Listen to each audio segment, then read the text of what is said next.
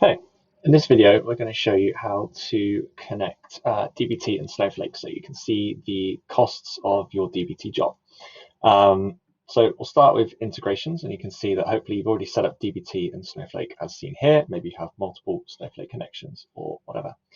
I'm going to click into this, which is going to be our credential for collecting. The important thing to see here is this section. The key element is any warehouse that your dbt jobs run in. The Snowflake role that you add to Orchestra must have the monitor and usage permissions available.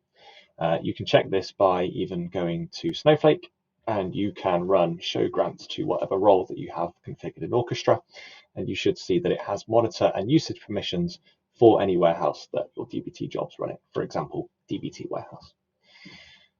Going back to Orchestra now, once that has all been configured and you can see this is all connected, we can create a pipeline. So I've already got one here called dbt with costs. If I go to edit, we can see that there is one task already. And in the edit section, it's being configured with a job ID. Now, to make Orchestra collect the costs for you, we will hit this collect additional metadata switch, which says when enabled, Orchestra will collect additional metadata from another source.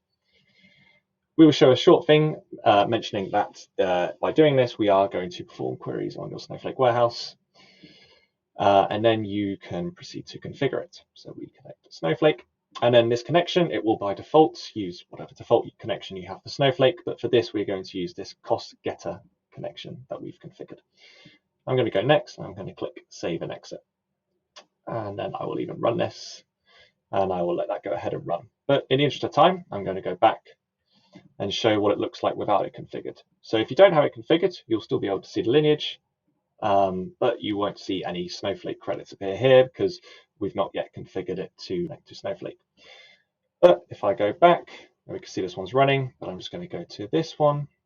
And if I go view lineage, you will see that this now has Snowflake credits, as the role that we have in Orchestra is able to connect to that dbt warehouse and find out information about what each query cost. And that should be it. If you have any questions, we have the documentation, or you can always reach out to us at support. Thank you.